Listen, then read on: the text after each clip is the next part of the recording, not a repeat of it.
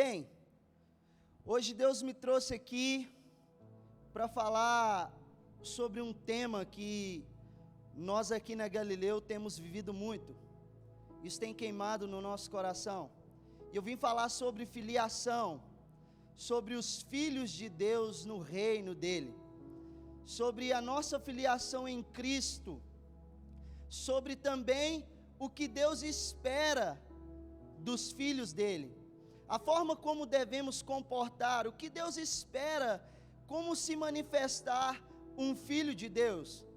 Pois a Bíblia já diz que a criação aguarda, a expectativa da criação aguarda ardentemente pela manifestação dos filhos. Então, o que Deus espera de nós como filhos deste reino, como habitantes desse reino celestial? E eu quero começar aqui lendo Romanos 8,14, se o Igor puder colocar no telão, para dar um pano de fundo introdutório à nossa mensagem, para entendermos o porquê somos filhos em Cristo, amém? Pois todos os que são guiados pelo Espírito de Deus são filhos de Deus. Porque vocês não receberam o espírito de escravidão para viverem outra vez atemorizados, mas receberam o espírito de adoção, por meio do qual clamamos: Abba, Pai. O próprio Espírito confirma ao nosso espírito que somos filhos de Deus. Se somos filhos, somos também herdeiros, herdeiros de Deus e co-herdeiros com Cristo, se com Ele sofremos, para que também com Ele sejamos glorificados. Então, em Cristo nós recebemos um espírito de adoção, nós somos adotados por Cristo. Mas o que Deus espera de nós como filhos? Bom, quando a gente fala de filho, você já deve imaginar, existem dois tipos de filho. O primeiro são os bebês, ou também filhos imaturos. E também existe o segundo, que é o filho maduro. É o filho que já entende a forma como se posicionar, a forma como se comportar, o estilo de vida, e como ele transmite que ele é filho do Pai aqui na terra. E a Bíblia usa, no termo grego, duas palavras, duas colocações para esses dois significados: o filho imaturo e o filho maduro.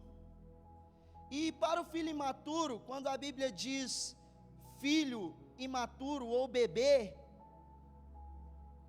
pessoa infante, a Bíblia coloca a palavra teknon. Essa palavra representa um filho que ainda é novo, um filho que ainda é criança, um filho que precisa de mais cuidados, de cuidados específicos, um filho que precisa de mais atenção, um filho que talvez ainda não consiga caminhar com as próprias pernas muito bem, ou que não consegue se alimentar sozinho, ou que não consegue preparar um alimento. E a Bíblia também traz no termo grego a palavra huios, que significa o filho maduro.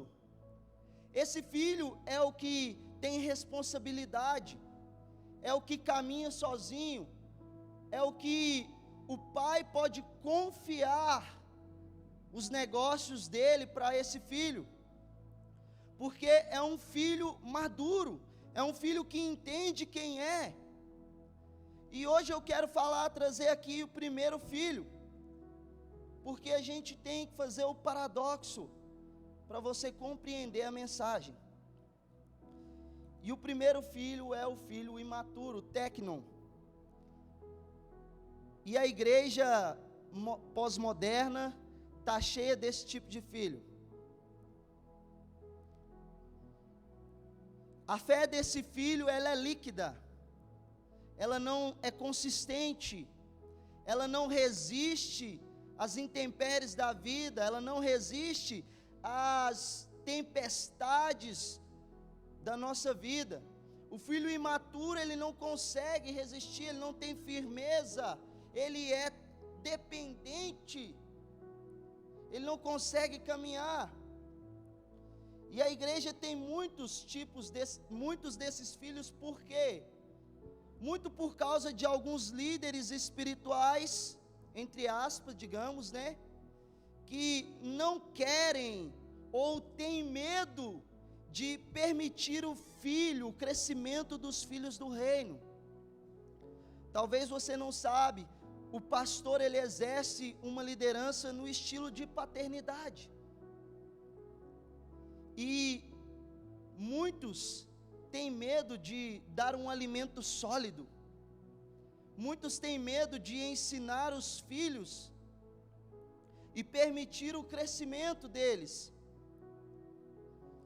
Mas também, alguns filhos não crescem, não porque o pastor não alimenta, não porque o pastor conduz, ensina, discipula, não porque o pastor não faça isso que eu falei agora, mas alguns não crescem porque querem permanecer no berçário, querem permanecer numa vida mais fácil. Eu gosto do alimento. Não é assim a criança, gente. Papai, dá comida aqui na minha boca. Papai, me ajuda, eu não consigo. Vamos, menino. E o pai, louco para que o filho avance, para que o filho cresça, para que o filho aprenda. Eu, por exemplo, eu sou louco para o meu filho aprender, cara. Eu quero que ele avance. Hoje eu não ajudo ele de jeito nenhum a comer. Ele pode chorar. Eu falo, eu não te ajudo. Você vai comer sozinho. Você já tem 4 anos. Você é um rapaz. Então cresça. Sabe, tem filho que não quer. Não, eu quero leite ainda. E agora eu falo espiritualmente. E agora eu falo em âmbito de palavra. Tem filho que não quer o desenvolvimento. Não, era tão bom quando, sabe, o pastor pregava só sobre vitória em Cristo, só sobre alegria, só sobre prosperidade. Era tão bom, porque eu não tinha que mudar nada. Tem filho que é dessa forma. Mas não, existem os filhos também que querem o crescimento.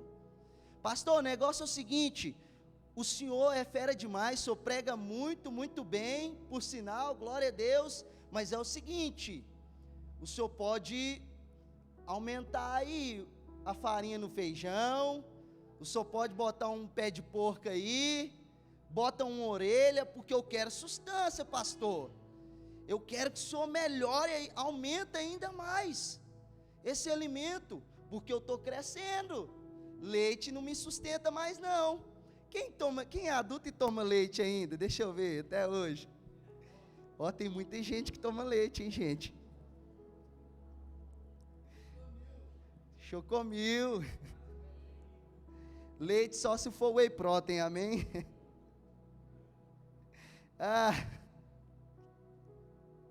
Sabe, mas existem muitos líderes que não permitem o crescimento dos filhos de Deus de uma forma saudável.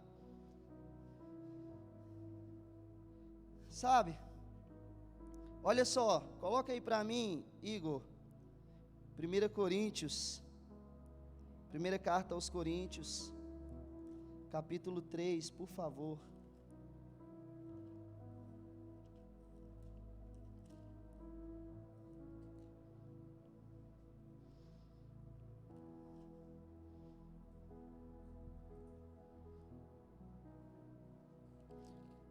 Olha só,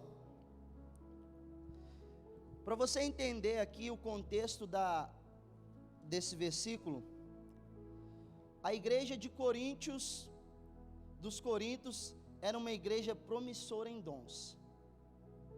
Era uma igreja que queimava muito e adorava no Espírito, e Deus derramou muitos dons do Espírito sobre essa igreja. Só que faltava na igreja de Corinto profundidade na palavra. Eles queriam só, como diz, chapar do Espírito, mas eles não queriam exortações, eles não queriam ouvir a palavra, eles não se apegavam ao estudo, a desenvolver a sua salvação.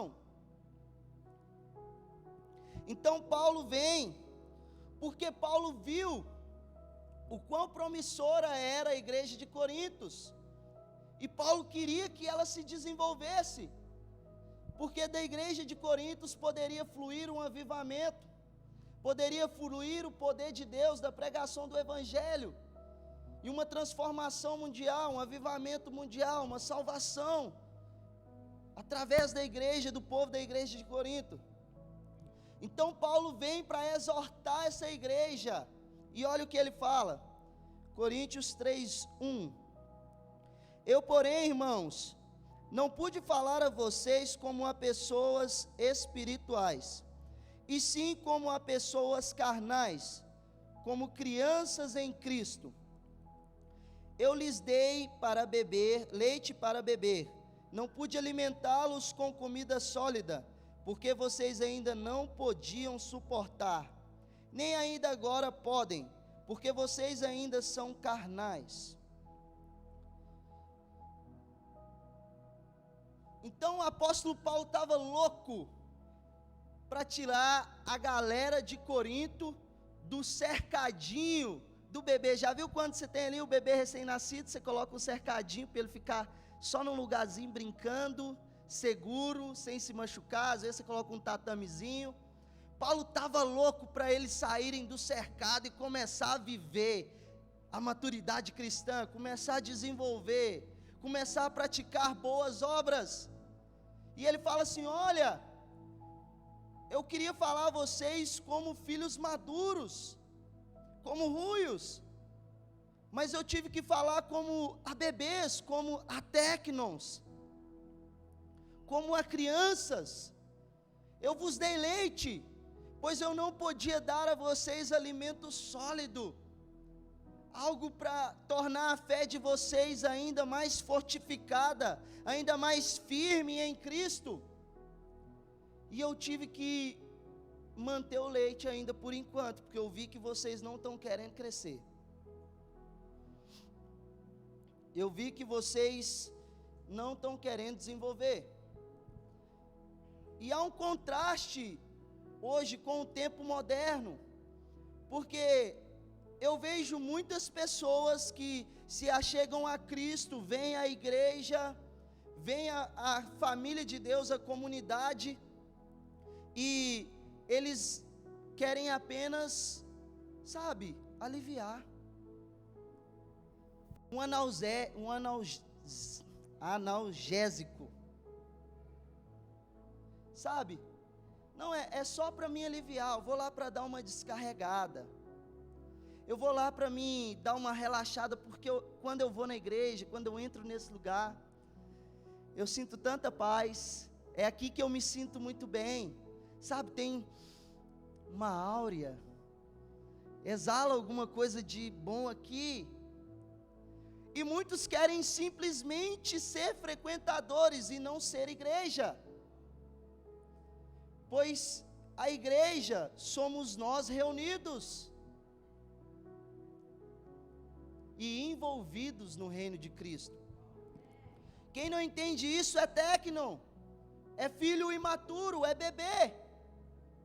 E por outro lado também eu vejo alguns líderes que querem aprisionar os filhos de Deus.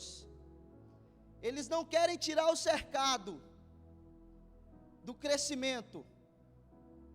Eles não querem dar alimentos. Eles preferem colocar leis, proibição, regras, impor regras. Olha, você não pode fazer isso. Olha, você não pode fazer aquilo. Olha, é o seguinte, tatuagem é pecado. Olha, é o seguinte, maquiagem é pecado. Olha, não pode usar saia, não pode usar camisa cavada. Sabe, muitos pastores estão querendo trancafiar, impedir os filhos de crescer, impedir os filhos de avançar, colocando regras, colocando mais leis. Olha, tem pastores que diz assim, quando o filho vem, quando vem um cristão, quando vem alguém, pastor, minha vida está assim, assim, assado. O pastor traz lá o Antigo Testamento para ele, traz a lei. O negócio é o seguinte, você tem que fazer um voto, porque quando você fizer um voto, vai mudar as coisas, aí o céu vai abrir. Não, pastor, que não sei o que, tudo é voto, é sacrifício, quer judaizar. Tem muitos pastores, tem muitos líderes que querem judaizar o povo de Deus. Deixa eu te falar uma coisa, nós não somos israelitas, nós não somos hebreus, nós é brasileiro, nós é mineiro, nós come osso até o tutano do osso, nós come feijoada, feijão tropeiro, nós não somos judeus. Porque eu não sei o que, tem um negócio aí do tal do Yom Kippur, porque uma vez no ano você faz um sacrifício e tem o poder para mudar os decretos de Deus. É balela.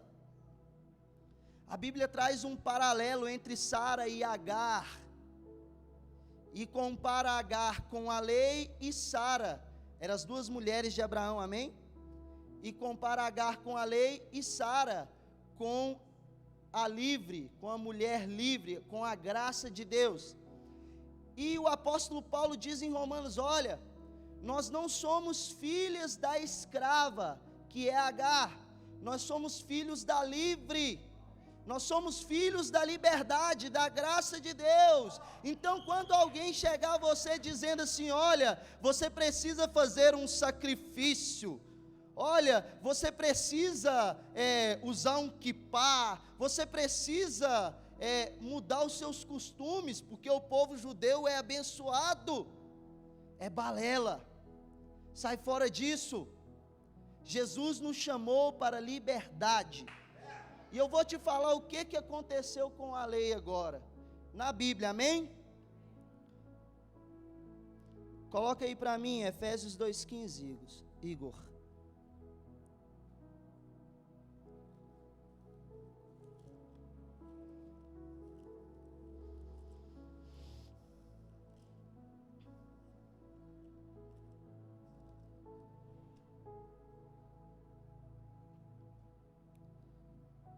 Cristo aboliu a lei dos mandamentos na forma de ordenanças, para que dos dois criasse em si mesmo uma nova humanidade, a paz.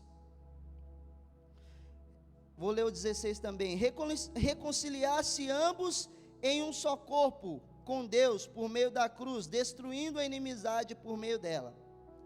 Então olha só, a lei de Cristo, ela foi abolida em forma de ordenanças.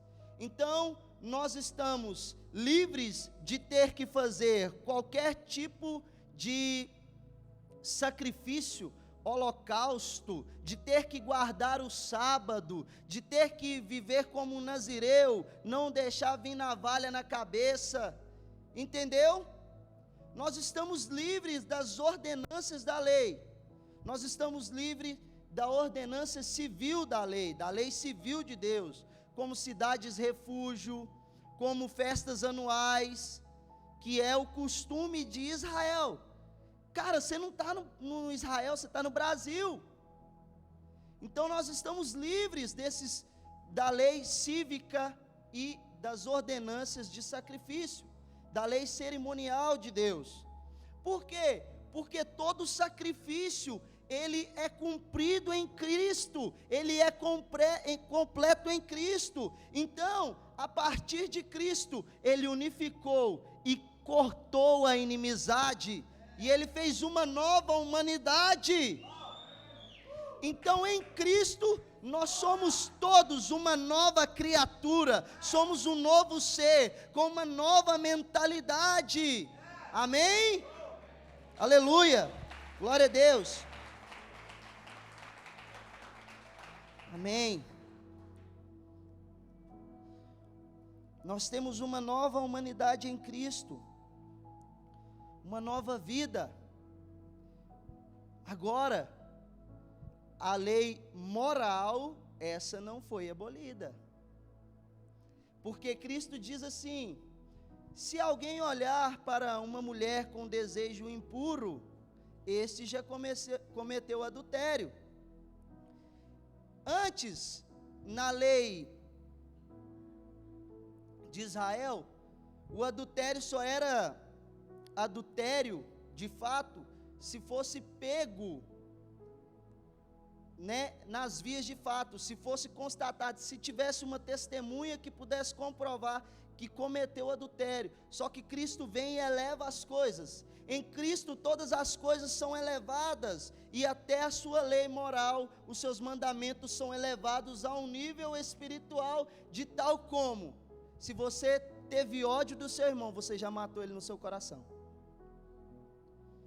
Então, olha só, eu vou ler agora Hebreus capítulo 9, versículo 8 a 10, por favor.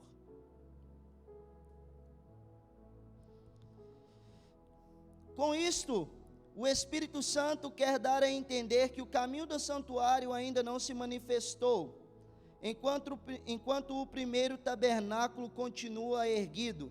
Isso é uma parábola para a época presente, na qual se oferece dons e sacrifícios, embora estes, olha aí o que acontece com os sacrifícios, embora esse, no que diz respeito à consciência, sejam ineficazes para aperfeiçoar aquele que presta culto, pois não passam de ordenanças da carne baseadas somente em comidas, bebidas e diversas cerimônias de purificação, impostas até o tempo oportuno de reforma. O tempo oportuno de reforma é o sacrifício de Jesus na cruz. Tem gente tão louca, tem líderes tão loucos e charlatães, de olho no bolso da ovelha, louco para sugar algo da ovelha, que ele diz assim: olha, qualquer demônio se expulsa no nome de Jesus, mas tem uns demônios que não expulsa, que nem Jesus pode expulsar. Olha o cúmulo do absurdo. O seguinte: o devorador, o cortador, o migrador, o destruidor, esse só o dízimo expulsa. Tem pastores que falam isso, e a gente acabou de ler aqui, que o sacrifício que diz respeito à consciência é ineficaz para aperfeiçoar aquele que presta culto. Então o único sacrifício que é capaz de aperfeiçoar aquele que presta culto é o sacrifício de Jesus na cruz. Esse é perfeito, esse não tem falha, esse é eterno e dura para sempre. O sacrifício de Jesus na cruz é completo, e ele aperfeiçoa o homem. Amém. Não estou dizendo que você não tem que dizimar, porque o dízimo é sim uma questão de honra dos filhos maduros para com Deus, porque o filho maduro, ele procura honrar o pai, ele é grato, ele agradece. Não é assim? Tem algum filho aí maduro que mora com a mãe, está trabalhando e já falou assim: mãe, deixa eu pagar a conta de luz e de água pelo menos, deixa eu ajudar. E mãe, quanto que deu a compra do supermercado? Eu vou dar tanto que eu vou pagar metade, porque eu como também. Então assim também é no reino de Deus. Nós temos a obrigação e a responsabilidade de manter o reino de Deus, Mas não quer dizer que se alguém não plantar uma oferta ou um dízimo, vai ser amaldiçoado e o destruidor não vai sair da vida dele. Não, Jesus já venceu essa luta e ele já expulsou, ele já derrotou Satanás. Então, nós todos somos livres em Cristo, amém? Então a lei, ela na verdade, ela teve um propósito desde o início. O propósito da lei nunca foi salvífico, porque ninguém pode ser salvo por obras, mas a lei ela tem um propósito. E eu peguei aqui uma parte de um livro que eu estou lendo, que chama O Evangelho Completo, do pastor Leandro Vieira, da Família dos que Creem, Comunidade Família dos que Creem. E ele explica de forma clara o propósito da lei. Olha só, o propósito da lei. Num primeiro momento, a lei condena. A lei condena o nosso pecado. No primeiro momento, ela condena previamente o nosso pecado. Depois, convence-nos da santidade de Deus. A lei revela que Deus é santo e que é perfeito e que não há ninguém como Ele. Depois ela nos convence da gravidade do pecado, da nossa natureza caída. Então olha só, quando eu olho a lei, primeiro ela me confronta pelo meu pecado. Depois ela me convence que Deus é santo, e eu olho, então como habitarei junto de um Deus santo? E depois ela convence-me da minha gravidade do pecado, do quanto eu sou depravado, e aí eu tenho consciência que pelas minhas obras eu nunca vou conseguir cumprir completamente a lei de Deus. Então, se ninguém consegue cumprir completamente a lei de Deus, é impossível que alguém seja salvo por cumprir a lei. Entendeu? E aí, quando a gente entende isso, o véu se rasga e nós clamamos por um resgatador. A lei, o papel da lei é conduzir o pecador até Cristo. Nada mais do que isso. Porque ela me confronta e me faz ver que eu preciso de alguém perfeito para me salvar. E por fim, como a Bíblia diz, a lei é espiritual, quando por ela somos quebrantados, a boa nova da justiça, não mediante as obras, eclode em nosso coração, e podemos clamar como o apóstolo Paulo: graças a Deus por Jesus Cristo. Quando eu olho para a lei, eu vejo o meu pecado, eu reconheço a santidade de Deus, eu vejo a gravidade do meu pecado e quão depravado sou, e então eu clamo: meu Deus, o que será de mim? E aí, no mesmo momento, Deus me revela: eu enviei o meu filho por você. E a gente diz: graças a Deus por Jesus Cristo, porque Ele é o nosso resgatador, Ele é o nosso salvador, Ele é o nosso redentor. A lei condena, a graça redime. Não estamos mais debaixo da lei, amém? Pois se estivéssemos debaixo dela, ai de nós. Ainda bem que o Senhor enviou Jesus Cristo para morrer na cruz por nós. É aqui onde a lei alcança seu objetivo máximo: conduzir a Cristo. Contudo, não abandonamos a lei. Tal fato seria semelhante a desejar que o meu filho, que por ora é instruído em termos de lei, quando adulto, passasse a desprezar todos os princípios e valores que aprendeu na infância. Nas palavras de Timothy Keller, os cristãos estão livres da lei como modo de conquistar mérito diante de Deus, mas não como forma de agradá-lo. Então olha só, nós estamos livres da lei como forma para alcançar mérito, alcançar salvação diante de Deus, pois nós não conseguiríamos, mas como forma de agradá-lo, como forma de gratidão ao que Ele fez por nós, nós seguimos os seus princípios, nós seguimos os seus mandamentos. A nossa moral, ela é transformada em Deus, e nós somos nova criatura. Mas entenda, você não tem que viver debaixo da lei, viva debaixo de Cristo, pois só assim é que você é salvo. E a Bíblia diz, foi para a liberdade que Cristo vos libertou. Então não se coloquem, não se submetam de novo a jugo de escravidão. Não volta mais para o pecado não, porque aquele que volta o pecado, ele vitupera o sacrifício de Cristo, ele volta Cristo para a cruz de novo, ele crucifica Jesus de novo. Então nós somos salvos para praticar boas obras, amém?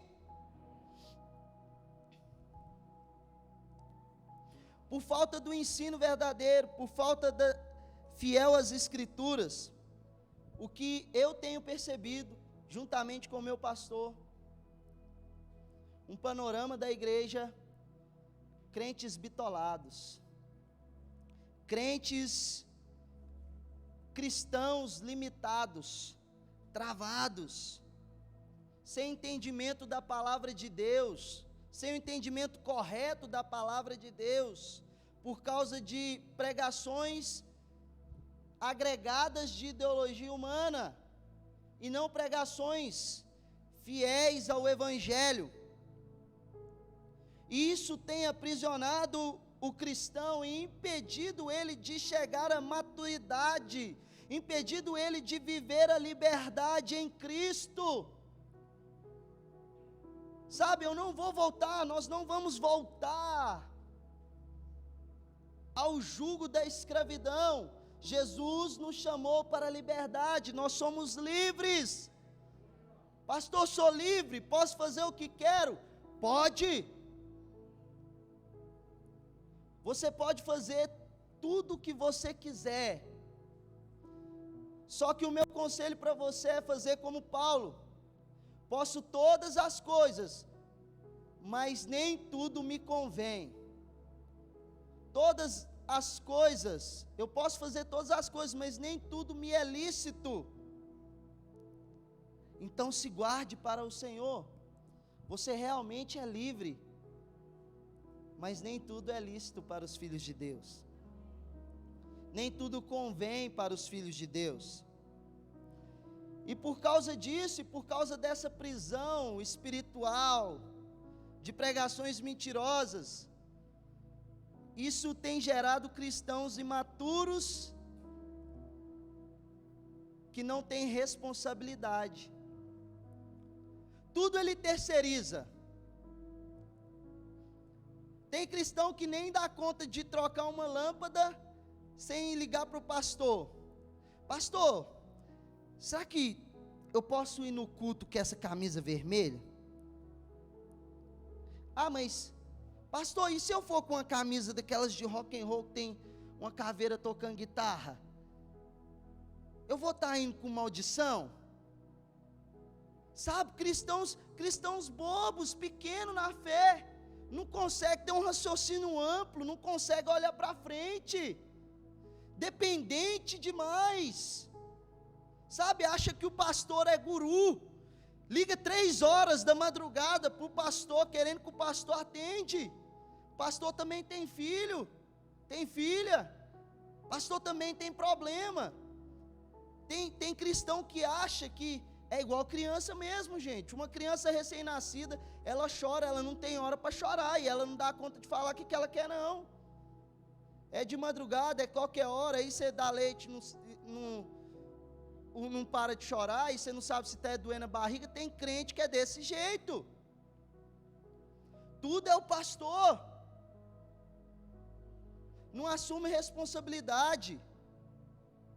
Não, se não fizer, como é que eu faço? Não, mas tudo depende, sabe? Não cresce, não desenvolve, sabe? Não alimenta, não busca. Hoje está sendo liberado um alimento sobre a sua vida, e cabe a você alimentar ou não. Você tem a liberdade, o prato está servido, você vai e pega o que você quiser. Você vai crescer dependendo do que você alimentar. Você vai se desenvolver dependendo do que você comer. Mas não terceiriza sua vida com Deus, não. Se foi você que pecou, quem que tem que arcar com as consequências? É você.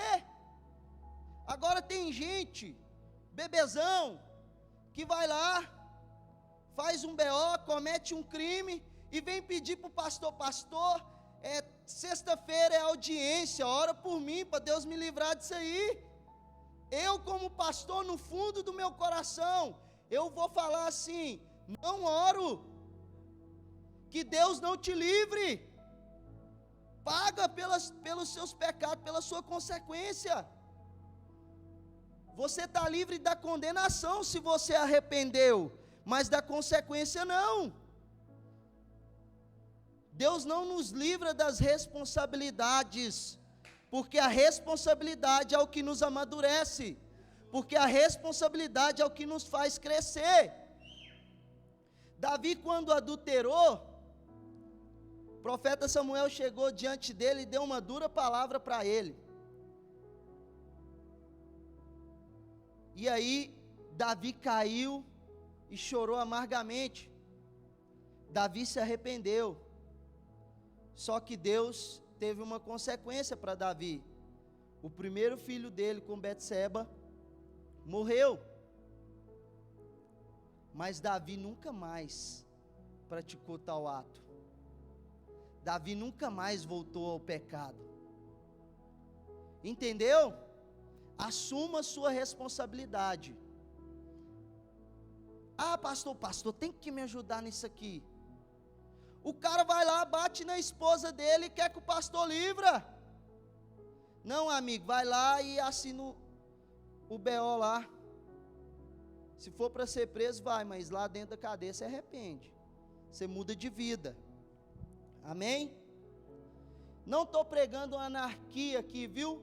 Toda ovelha precisa ser pastoreada, precisa ser cuidada, precisa ser incentivada. E o papel do pastor como líder e pai é esse: instruir, amar, dar alimento, cuidar, se preocupar realmente, ajudar no crescimento da nossa fé.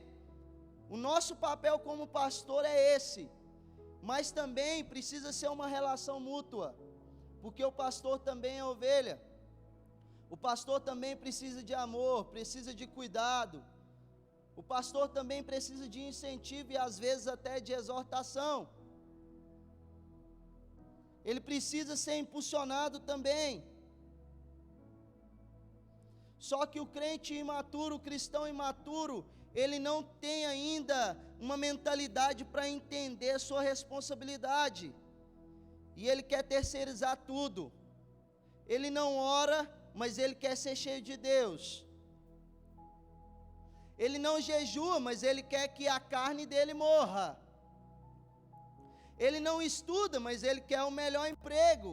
Ele quer a melhor profissão. Ele não se desenvolve. Ele não se profissionaliza, não faz cursos.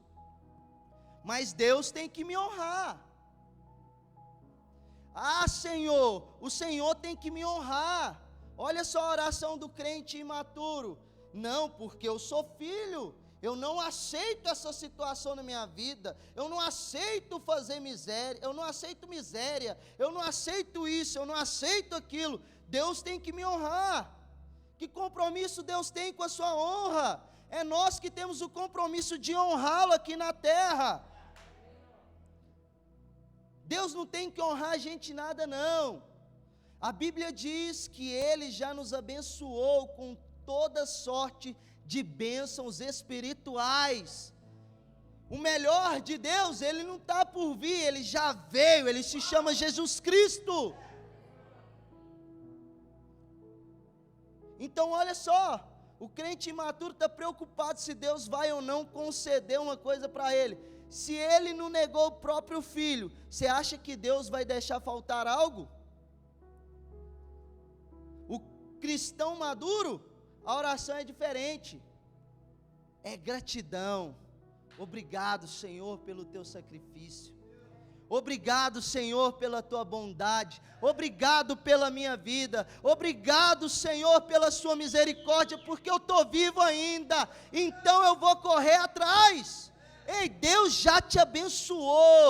Vai atrás agora. Avança. Pega no chifre do boi, amigo, entorta ele e toma posse. Se torna um líder. Ou você não sabia que todo cristão é um líder? Você lidera em algum aspecto. Você não sabia que todo cristão é missionário? Como os meninos da tribos cantaram aqui e disseram no meio da ministração: olha, igreja é na segunda-feira. É na segunda-feira que você prova que você é cristão. Mas tem o crente imaturo, o cristão imaturo, ele é crente só dentro da igreja. Chegou em casa, o pau quebra, a giripoca pia. Chegou em casa, o bicho pega, ele endemonia lá. Como é que Deus habita numa casa dessa? Que loucura é essa? A igreja precisa amadurecer. Você como filho de Deus, olha aqui, olha. Amados, vocês são filhos de Deus. Vocês são filhos amados do Pai. Sabe, me dá vontade de falar que nem João, filhinhos, amados filhos de Deus. Vocês são filhos de Deus. Cara, você tem noção do que é isso? A Bíblia diz, como eu li no começo, você é co-herdeiro com Cristo. Agora me tira uma dúvida, o que Jesus é? Rei e Senhor. Ele é rei e sacerdote. Se a gente é co-herdeiro com Cristo, o co-herdeiro quer dizer que ele está do lado, sim ou não? E só pode ficar do lado de rei quem é? Quem é da nobreza. Então nós também reinaremos com Cristo. Não há necessidade de mendigar mais. Ah, Senhor, me abençoa, me prospera. Cara, você já é abençoado. Basta você ir, Deus é contigo.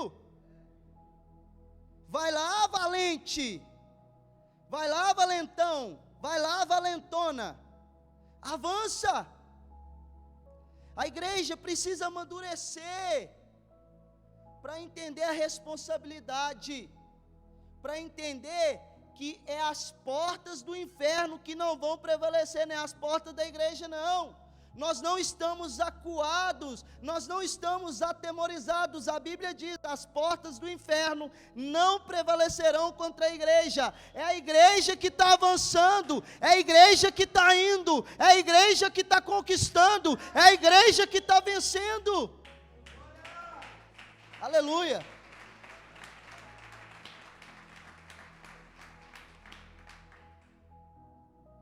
É a igreja, amigo. Sai da frente, Satanás, porque a igreja está avançando. Cristo já venceu e nós com Ele venceremos. Ah, mas eu sou de Armino. Não, eu sou de Calvino. Ah, eu sou da igreja A, eu sou da igreja B. Porque a minha igreja Deus é só lá na minha igreja, gente. Deus só visita a minha igreja. Para de discutir coisa supérflua. Vamos amadurecer para a gente começar a avançar contra o inimigo. Enquanto nós somos imaturos, os filhos das trevas, a Bíblia diz que os filhos das trevas são mais prudentes do que os filhos de Deus. Ah, porque eles praticam a palavra melhor do que os filhos de Deus? Não, de jeito nenhum. Eles nunca vão agradar a Deus enquanto não se arrepender. Porque a Bíblia diz que sem fé é impossível agradar a Deus. Eles são mais prudentes, porque no quesito fazer o reino das trevas avançar, eles vão com tudo. Estão em todos os lugares. Estão no Senado, estão na política, estão no cinema, estão dentro da sua casa, na sua televisão. E dominando. Eles investem dinheiro, eles fazem de tudo para impregnar a ideologia deles sobre os nossos filhos, sobre as nossas famílias. Mas eu creio que está chegando um tempo em que a igreja de Deus vai se levantar sem mácula. A igreja de Deus vai se levantar no fogo do Espírito Santo para limpar e varrer qualquer maldição da terra. Nós vamos crescer, amém? A igreja Galileu vai ser conhecida por filhos maduros. Filhos que avançam contra as trevas, contra os projetos das trevas. Que não se calam, que não se atemorizam, que não se, não fica retraído, mas avança, mas progride, não retrocede, avança para cima, para o alvo que é Cristo Jesus. Talvez você não sabe, mas a nossa igreja tem um projeto que chama Restaurante SOS Galileu. E é uma forma de a gente impactar a sociedade. É uma forma de a gente mostrar a nossa maturidade para as pessoas lá fora. Porque a Bíblia diz que a criação aguarda, tem uma expectativa grande para a manifestação dos filhos de Deus.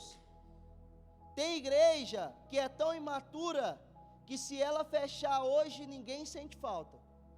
Ah, fechou tal igreja. Ah, era igreja? Nunca vi fazer nada. O que eles faziam lá? Não tem impacto nenhuma na sociedade. O filho imaturo é isso. Ele não tem impacto ainda na sociedade, porque ele está no berçário, ele está recluso. Ele está junto do pai ainda. Mas o filho maduro não. O filho maduro, ele fala assim: pai, me dá aqui, eu vou lá fora. Eu vou lá, pai, eu vou resolver esse problema. O filho maduro, ele resolve o problema. O filho maduro pode dar responsabilidade para ele, que ele vai. Agora, enquanto a gente ficar se debatendo, ao invés de crescer, a gente vai continuar nadando. A gente vai continuar andando em círculos.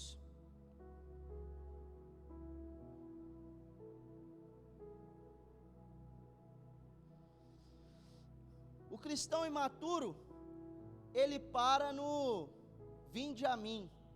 Quando Jesus diz: vinde a mim todos vós que estão cansados e sobrecarregados, e eu vos aliviarei. Porque o meu fardo é leve e o meu jugo é suave. O cristão imaturo para aí. Ele quer descansar até a eternidade. Deixa eu te falar, o descansa na eternidade. Agora nós rala. Agora a gente trabalha. Agora a gente entra em unidade com o Pai e faz o que o Pai está fazendo. Porque Jesus disse: meu Pai trabalha até agora. E eu estou fazendo o que eu vejo meu Pai fazer. Eu estou trabalhando. Amém? Depois do vinde a mim, tem quem quiser vir após mim, negue-se a si mesmo, toma sua cruz e venha. Então há responsabilidade. Deixa eu te falar, filhão de Deus, para todo filho de Deus, existe uma cruz no caminho. Para todo filho de Deus existe uma responsabilidade. E o filho maduro, ora assim: Pai, que seja feita a sua vontade. Amém? Coloca para mim, Igor, segura aí um pouquinho, mas Prepara para mim aí, Gálatas 4, versículo 1 e 2.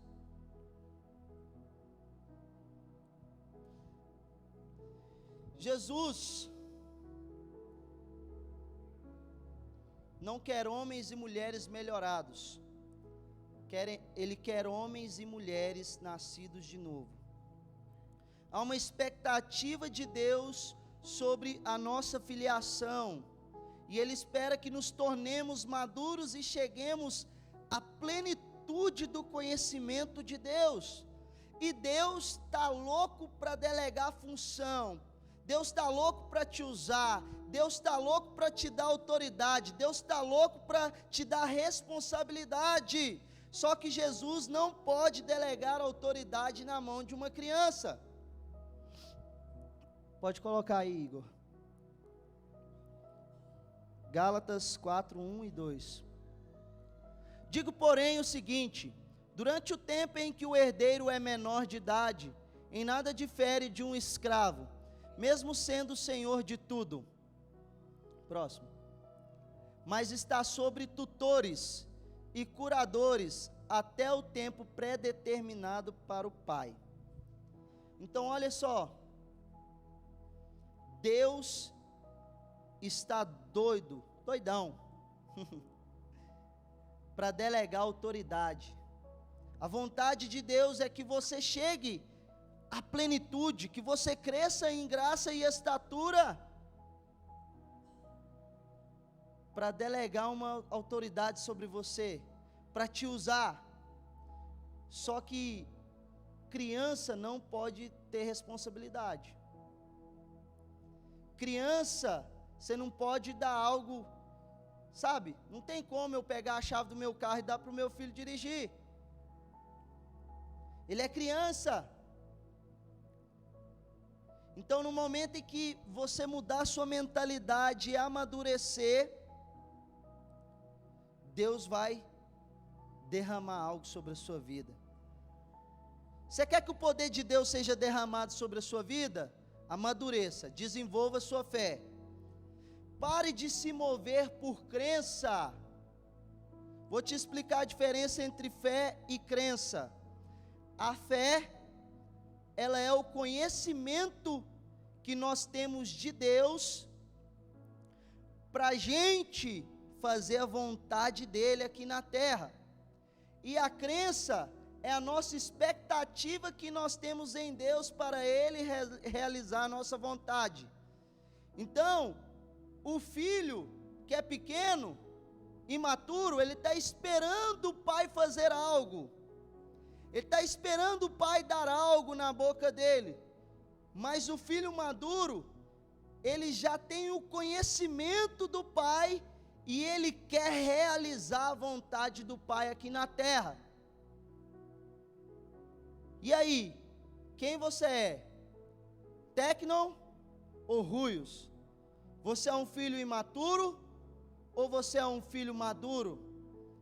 Jesus pode delegar autoridade sobre a sua vida, Jesus pode derramar a unção do Espírito Santo na sua vida, ou não? Jesus pode acreditar em você, Jesus pode investir em você, ou você ainda está engateando? Ou você ainda tem medo da responsabilidade?